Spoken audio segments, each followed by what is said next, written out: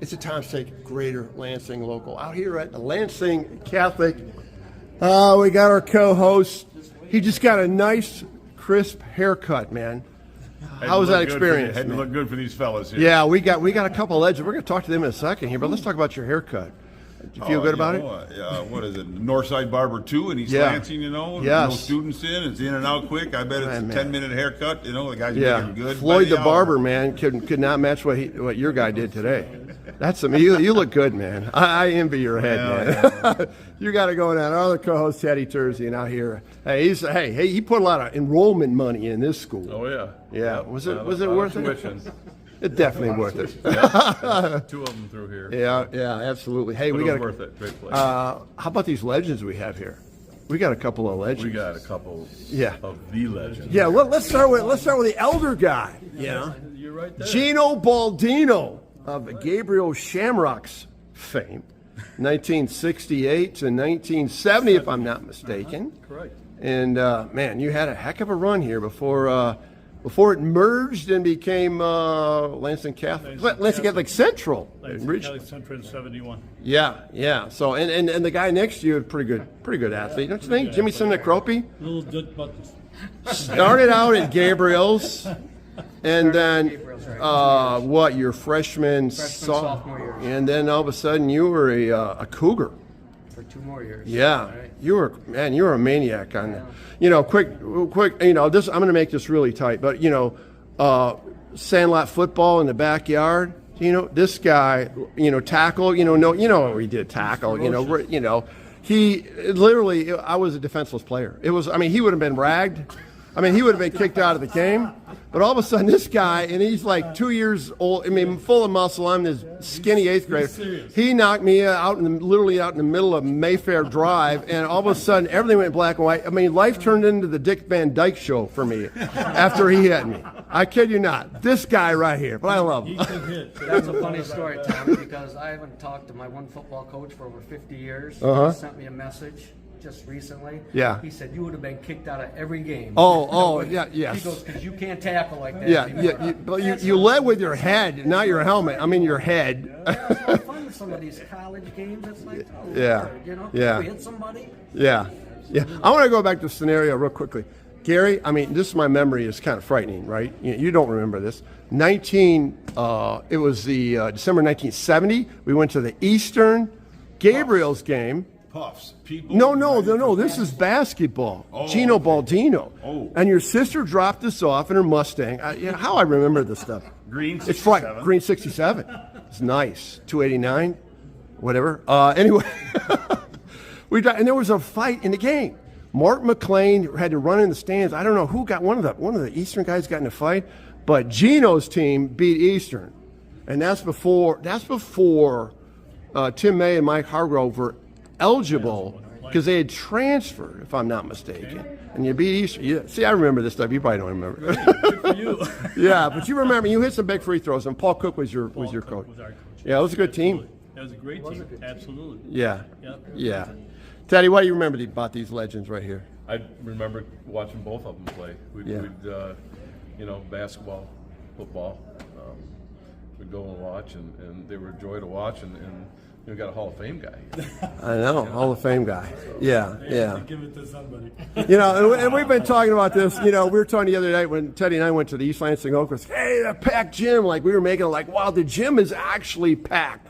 But Gino, you were talking about this. You always had packed. Back in those days, every Friday night, Tuesday night, the gym was definitely packed. Yeah. We had a great following. The students were there all the time, and it was really a joy, and it was great for them to be here and watch and play, and we got excited as well as players.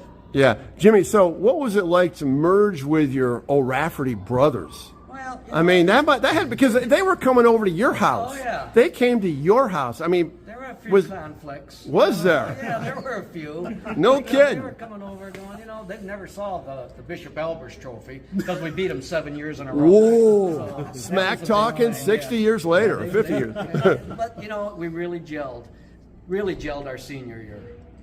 But everybody got along? Everybody got along. Yeah, there wasn't too many hassles. Yeah. Everybody was pretty cool. What? We knew them all. Yeah. From grade schools. So this is before the enrollment price went up.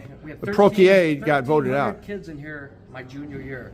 You couldn't Oh, even, my couldn't word. even get in the classroom. 71. You'd have people walking around the hall. Oh, because they merged it together. Yeah. But when they were two Class B, and you played in this basketball rivalry, Gino, Absolutely.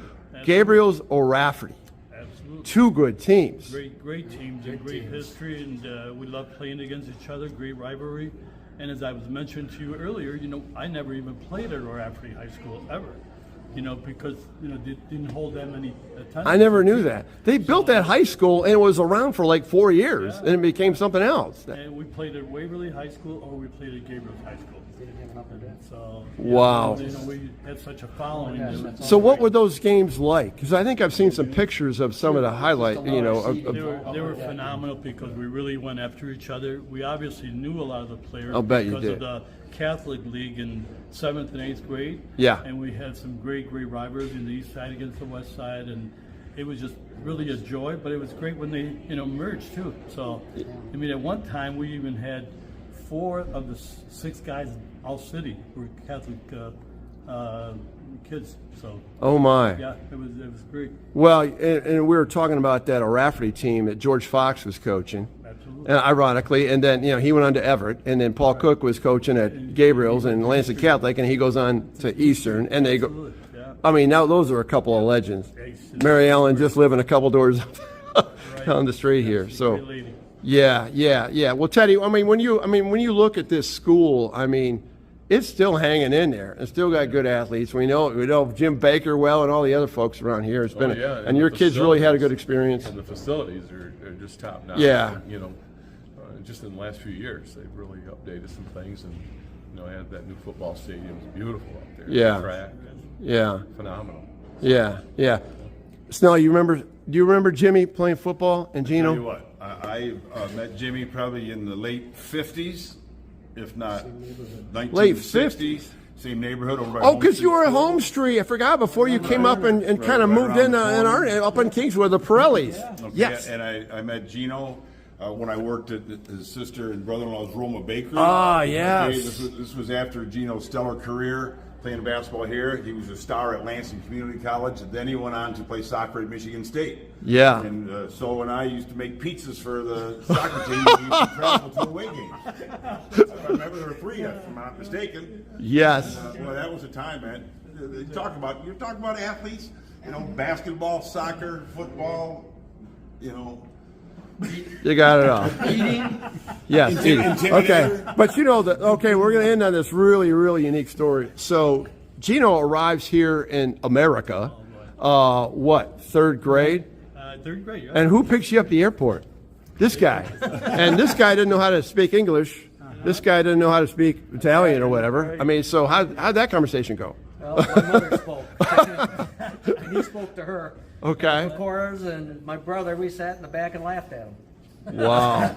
She don't go up the That had to be a kind of semi-traumatic, wasn't it? Up at the airport. It was definitely different, but Italy. what happened that first day that I was actually here in America. Okay. That first day, we actually went to the folks' house, and with my 2 twin cousins, Jerry and John Pecora, we went over there and spent the whole day together.